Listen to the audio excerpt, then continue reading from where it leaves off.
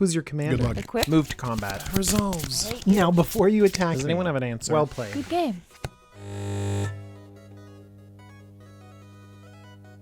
Hello everyone, DJ here. This is the Jumbo Commander YouTube channel, and today I have some Magic the Gathering news because The Walking Dead has come to Magic the Gathering. Why is everyone so upset about this? Or why are the upset people so loud?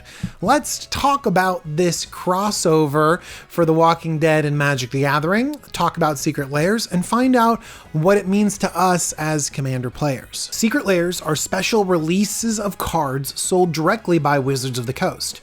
They have limited windows to buy these cards, but there's not a limited supply. My understanding is that this is a pretty successful product line, and it makes Wizards of the Coast a lot of money.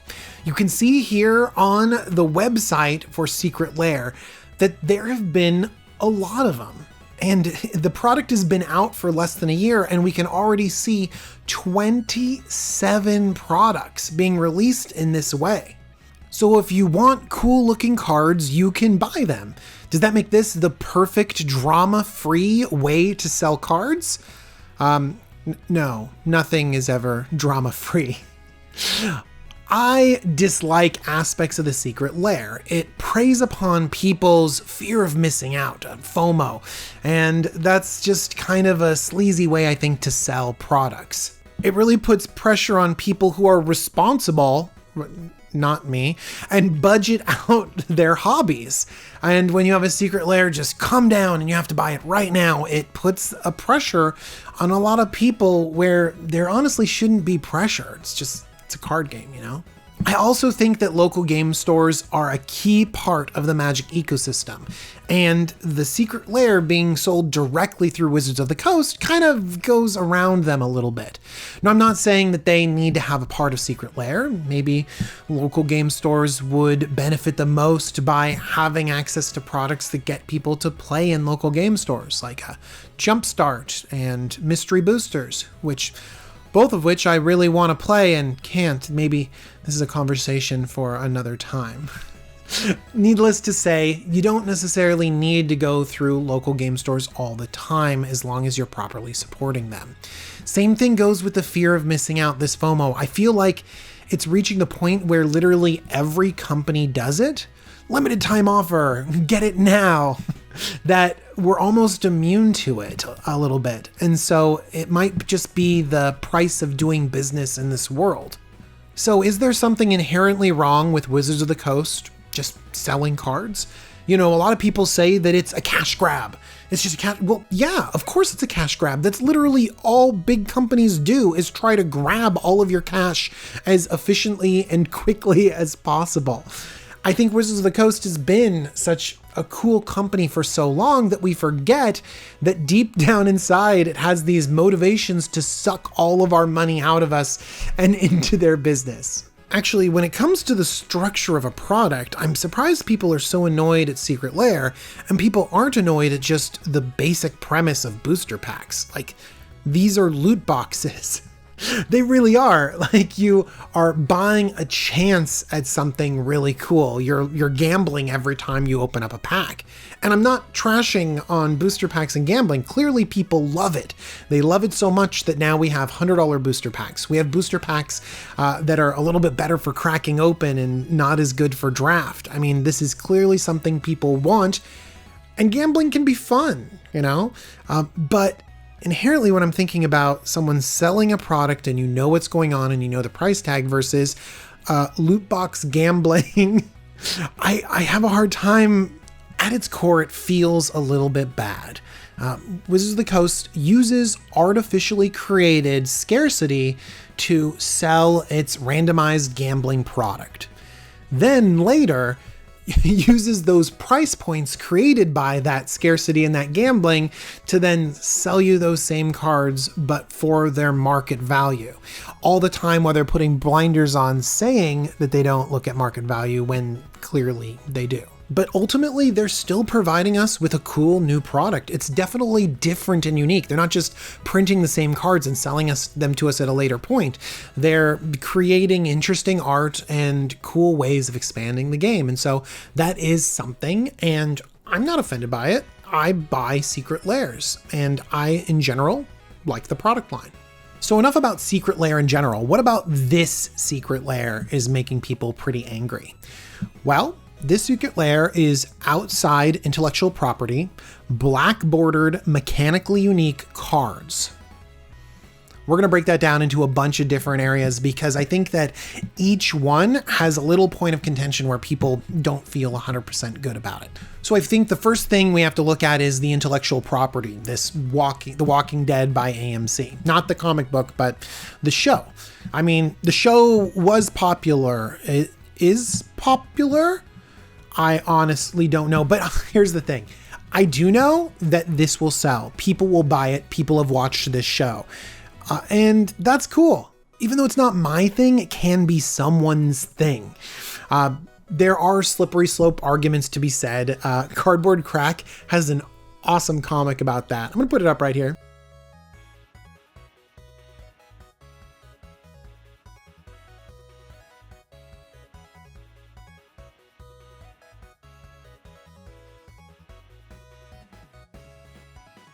Just remember, slippery slope is a fallacy. Just because we take this one step does not mean that we will end up in that Cardboard Crack comic. To be fair, I don't think Hasbro can afford Disney intellectual property. Shouldn't be the reason. Okay, so one other part of it is that it has unique art. And that's not a new thing, but maybe this art is making people unhappy. It's very realistic and might be jarring from a lot of traditional magic art. But look, I'm not going to be the kind of person that's going to come down on art. Remember, I'm the altar guy. I think magic art is too consistent. I've enjoyed variations of art in older sets, and I have no problem with Elsa or Luke Skywalker or the Rescuers Down Under on cards, even though they might not be my favorites. I dislike this art. I've also disliked the Amonkhet Invocations and several Secret Lairs, but that's okay. There are a bunch of people out there that will love this art, and that's okay too. Okay, let's get into the nitty gritty. We've got black bordered, mechanically unique. That's the next part of this offering, and I think that that's where it gets a lot of people, because these are unique cards playable in Commander, Legacy, and Vintage that you can only get this one time through this Secret Lair product. Having a black bordered, mechanically unique card, not in a booster set that you have to get through other means, is kind of a unique thing, even though it's not new. Mana Crypt came with a book. That was a pretty powerful card to just come with a book. And we've seen the price point be all over the place and now be a chase card for Commander players. We've seen cards given out at conventions. A lot of them were not mechanically unique, but there was one time in 1994 where a dragon was given away and could only be found at DragonCon, and that got a lot of collectors annoyed because they wanted to collect everything.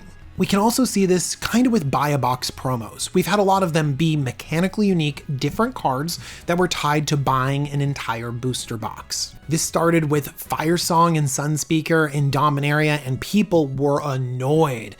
They were like, I have to buy a box in order to get this. The price of them is tied to a box, and everyone was up in arms about it. And it turned out not to be that big of a deal. You can get a Firesong and Sunspeaker for under $2 now. It's like a little bit more than a bulk rare, but not at the price of many mythics. And so the supply ended up being okay. It was when Nexus of Fate was around that the supply and the demand didn't match up, and it created chaos. Nexus of Fate rattled a lot of people because the card price went all over the place and people that wanted them couldn't get them, and it wasn't like you could go out and buy more booster packs. You just had to, I don't know. I think people dislike the price of their cards tied to something that's such a high price tag, whether it be a $100 booster box or whether it's something like True Name Nemesis being tied to a $45 Commander Precon. That was another instance of a card where its price tag was was so high that it outstripped the demand of the precon that it was attached to. And so it created these weird price dynamics that caused a lot of people to be upset. Ultimately, if the power level of these cards are low, then everything will be fine. We'll have another Imperious Great Worm, or I don't even know the names of the other legends that are buy a box because they're not impactful or exciting. But we know that Wizards of the Coast wants to push their cards so that people buy them. And so there's this fear inside of us that they're going to create this limited product and they're going to be good cards and they're going to be limited in some way because they're only available for a short time. And then the prices will get all out of whack. To throw my own personal disclaimer on there, I don't think this situation is going to happen because people can buy 10 copies and a lot of people do. And if there's a card out there that warrants speculation, people are just going to buy this set like crazy. Wizards will make a bunch of money, but we'll all have cards to play with. But when it comes to buy a box promos, I actually think that the Godzilla cards are the closest to this. The original Godzilla that came out as a buy a box promo is different intellectual property. It is black bordered. It does have different art than Magic, and people liked it. I don't know why people liked that Godzilla and are disliking this Walking Dead so much. I think that they're a lot closer to one another than we might think. Now, one thing that's critical is that black bordered is really key to this because we've had other intellectual properties and weird goofy cards come into Magic with crazy art. We've had My Little Ponies and Transformers. We've had Nerf cards, but they've all been silver bordered, so it's kind of a pass in our mind that they can do whatever they want, they're silver bordered. And so if these were silver bordered, I don't think there'd be an issue at all either. But the fact that it's black bordered means that it's something to consider. Actually, the key lies with us, Commander players. These cards are legal in Commander, Legacy, and Vintage. The player base of Vintage and Legacy don't really move the financial needle too much on these types of products. Actually, Legacy and Vintage might not contribute very much to Wizards of the Coast pockets at all, until that is the Wizards of the Coast puts out a secret Lair reserved list. No, don't get mad at, they're not doing that. Don't get mad at me. But the fact that there was like a little bit of tightening in your chest means that there's a sliver of truth in that little joke. Okay. But to be honest, it's about Commander players. This silver border issue is hampering Wizards of the Coast sales of crazy promos. They desperately want these cards to be legal in Commander so that they can tap into our money. If they design it right, these cards can be exclusively for us. My Little Ponies was silver bordered, and there are not a lot of decks floating around featuring those as Commander. And I think that it's mainly because it's silver bordered, there's that barrier to getting into Commander players' decks. Unstable legendary singles are not expensive. I kind of felt like Wizards of the Coast wanted us to play with these cards as Commander. I thought that they really hoped that they could create such enticing legendaries that we would just grab onto them and just start making decks with them, and then suddenly silver would be legal in Commander. But it's not. If the rules committee was more forgiving on silver bordered in the command zone, then I think that these Walking Dead legendaries would not be in black border. I honestly think that they would be silver bordered and every Commander player would pick them up just as readily. But here we are. And I guarantee that there will be more of these cards because it makes sense financially. This is a quote from the CEO of Hasbro in February of 2020. "We delivered compelling game experiences led by the work of our teams at Wizards of the Coast. Our positive results to date have us on plan to double Wizards of the Coast revenues over 5 years from 2018 to 2023.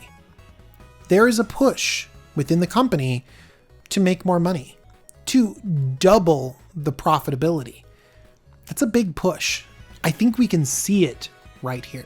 By the way, we might shout on Twitter, you might yell at me in the comments, but Wizards of the Coast is a business.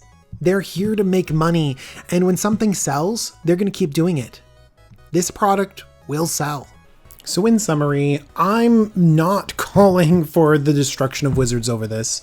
I'm not up in arms. I've always felt like Wizards is trying to peddle their product to push everything on us. The loot box nature of this, the gambling nature of packs, it's always felt not great to me. New cards not tied to booster packs is not inherently bad. But when we have issues of supply and demand, it gets bad. And so Wizards of the Coast needs to pay attention to how they roll out their cards. And I think a lot of people are afraid of their track record of doing so. I hope all of you out there that love The Walking Dead, that love these cards mechanically, that like different arts, that like to play with them in Commander, and hopefully all of you have disposable income to buy them, and everyone can be happy, but it sounds like a lot of the internet isn't. Alright everyone, thank you so much for joining me for this little bit of a different video. I want to thank Cool Stuff Inc. Thank you, Cool Stuff Inc. These cards will not be available on Cool Stuff Inc., but you can get other cards to make these legendaries into cool Commander decks. I also want to thank my patrons. They're amazing. They support me. Thank you, patrons. And thank you for watching. If you want to see these legendary Walking Dead cards turned into Commander decks, let me know in the comments down below so I know which cards to deck tech. All right, everyone. Bye-bye.